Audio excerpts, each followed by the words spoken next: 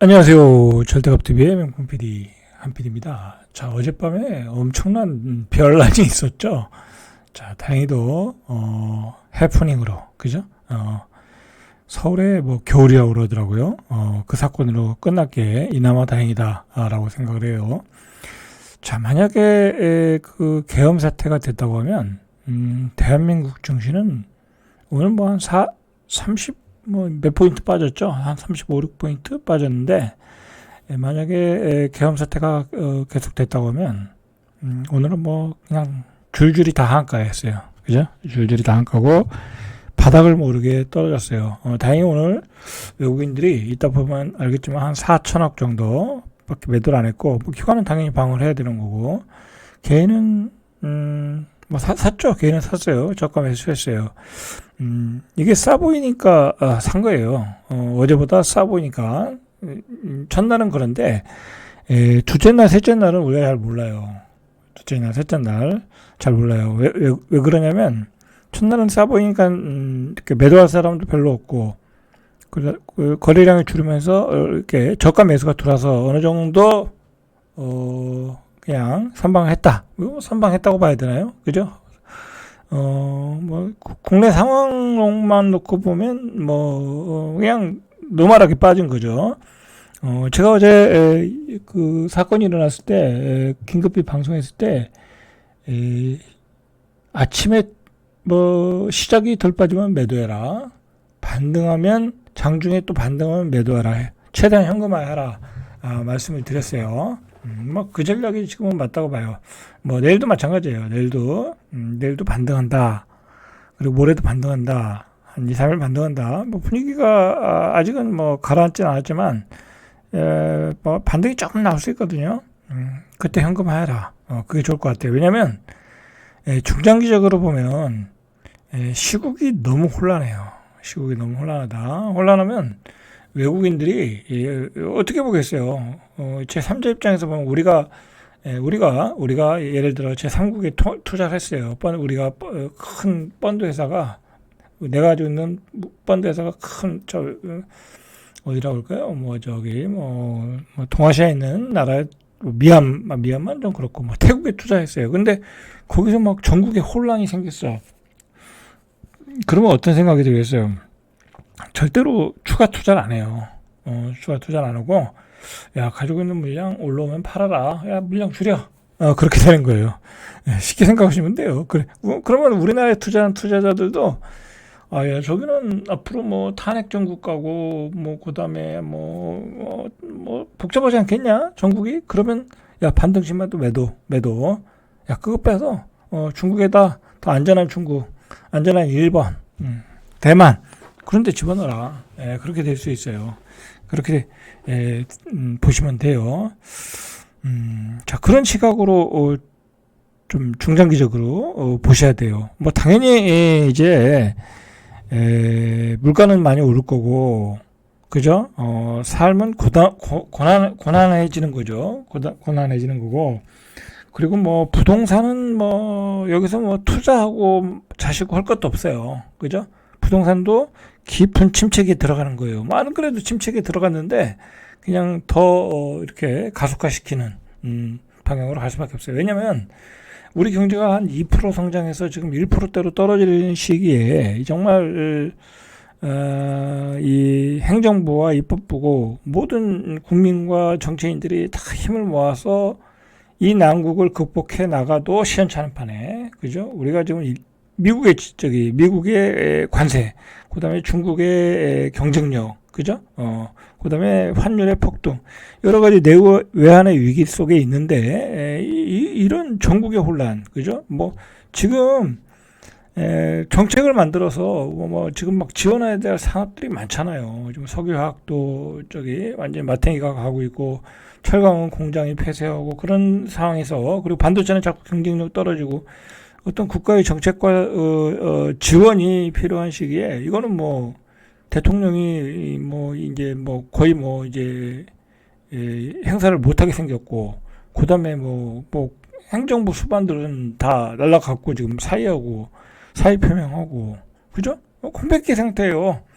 뭐 이런 상황에 무슨 뭐 주식 투자, 무슨 주식 투자예요. 그죠? 안 된다. 이럴 때는 그냥 빨리 현금화 하시는 게 좋다. 저도 오늘 다행히도 제 주식이 반등을 많이 했어요. 희한하죠? 이렇게 주식이 떨어지는데도 반등하는 게 있어요. 뭐겠어요? 뒤에서 얘기했지만, 카카오죠. 카카오페이. 카카오페이 22% 올랐어요. 제가 그 주식을 가지고 있었는데, 나중에 그거 제일 많이 제가 손해를 봤던 건데, 아주 오래전에 뭐 그렇게 비싸게 주고 샀지 않았는데, 막 팍팍 떨어지더라고요.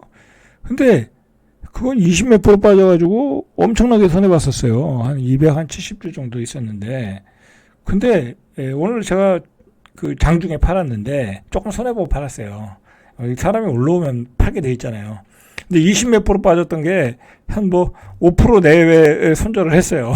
근데 중요한 건 종가는 플러스 나왔어. 주식이 그렇게 어려운 거예요. 그죠? 오늘 종가에 팔았으면 한 몇 개월 가지고 있었는데 1년 가지고 있었나? 그러면 플러스에 팔았어요.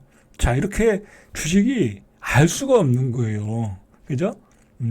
제일 많이 손해봤던 게 이런 혼란한 전국에 급등을 했어요. 이걸 제가 어떻게 하겠어요. 그죠?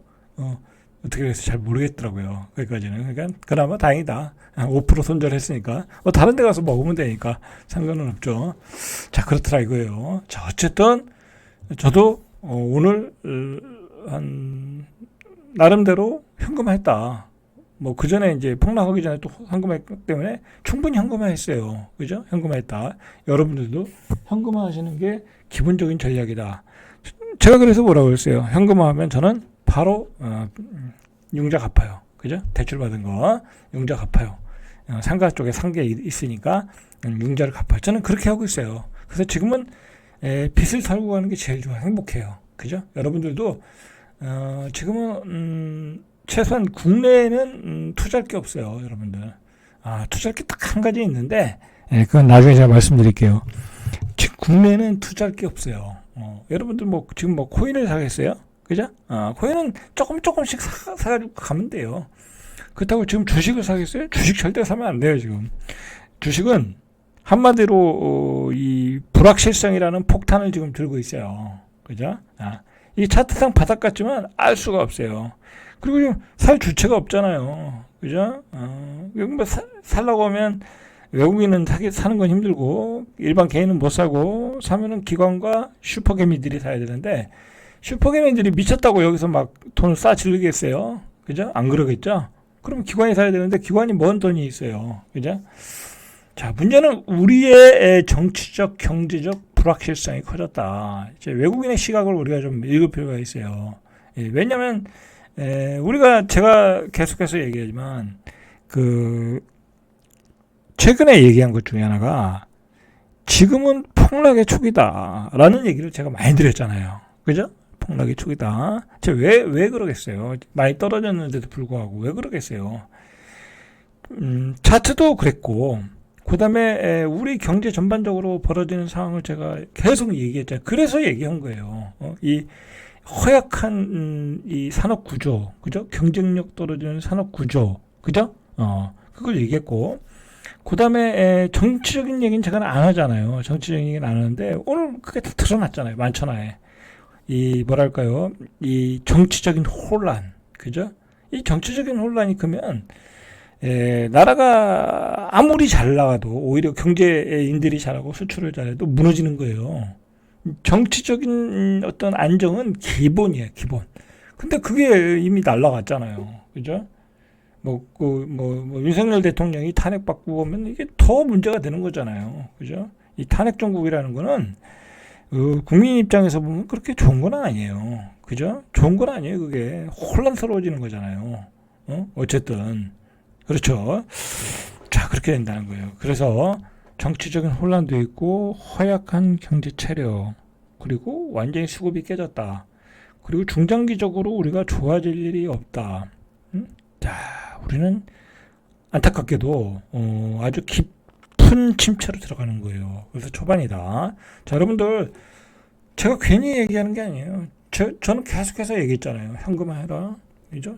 그래서 오늘도 보니까 한 800만 원어치 팔았어요. 800만 원어치. 그러니까 주식으로 보면 한 50% 이상 팔았어요. 이제 나머지 50%는 얼마 손해 안 봤어요. 제가 예전에 얘기했지만 제가 자꾸 제 얘기하는 거는 저의 경험을 통해서 여러분들이 쉽게 이해하시라고 얘기하는 거예요. 뭐 제가 뭐 딴 의미는 없고, 제가 처음에 많이 빠졌을 때는 한 17%, 한 20%까지 빠졌다고 그랬잖아요. 지금은 한 4%? 오히려 막 중간에 이제 손절했죠. 손절하고 이제 번전하고 빼고 뭐 거기서 손해본 거 조금 있으니까. 그러니까 지금 현재 주식에 가지고 있는 건 4% 정도 마이너스더라고요. 근데 어떤 종목 보니까 그것도 올라가겠더라고. 왜냐면 지금 이제 테마가 바뀌었어요. 여러분 뒤에서 이야기했지만 이 뭐랄까요? 이 탄핵 정국으로 가면서 주식시장의 판이 완전히 바뀌었어요. 자, 거기까지 제가 오늘 얘기해 드릴게요. 자, 어쨌든 외국인들이 볼 때는 정치적, 경제적 불확실성이 너무 크다. 그래서 네덜란드 금융그룹 ING, 네덜란드 생명이죠, 이게 아직도 있나? 자, 국가 신용 등급이 바뀔 수 있다. 자, 그런 우려를 제기했다. 이건 뭐예요? 외국인들이 보는 시각이에요. 본 시각이 그렇다. 그렇지 않겠어요? 다른 나라가 있는데, 그 나라에 맨날 뭐 비상계엄 열리고 뭐 저기 국회에 계엄군이 들어가고 오면 그거 뭐 투자하겠어요? 국가 신용 등급이 앞으로 문제 있겠네? 그렇게 되겠죠? 자, 이렇게 되면 또 환율이 급등했잖아요. 그러면 또 그 외환 투기 세력들이 또 우리나라를 IMF 때처럼 또 공략을 한다. 그죠? 또 공략한다. 자, 이 문제가 좀 심각해졌어요. 지금 이게 계엄령 선포는 그냥 단순히 해프닝으로 끝났지만 그 후유증은 우리가 감당을 해야 돼요. 그 후유증은. 자, 여러분들 대통령 하나 잘못 뽑아가지고 우리가 이렇게 고생하는 거예요, 여러분들. 그죠? 잘 뽑아야 되겠죠? 자, S&P 신용평가는 비상계엄은 한국 신용등급을 낮추진 않지만 부정적 영향이 분명하다라는 거예요. 분명히 중장기적으로는 영향을 미친다. 자, S&P는 아주 국제 신용평가 기관이에요. 그죠? 자, 이런 얘기가 이제 나오기 시작하면 외국인들은 뭘 보고 판단하겠어요? 자, 이런 내용을 보고 판단하는 거예요. 야,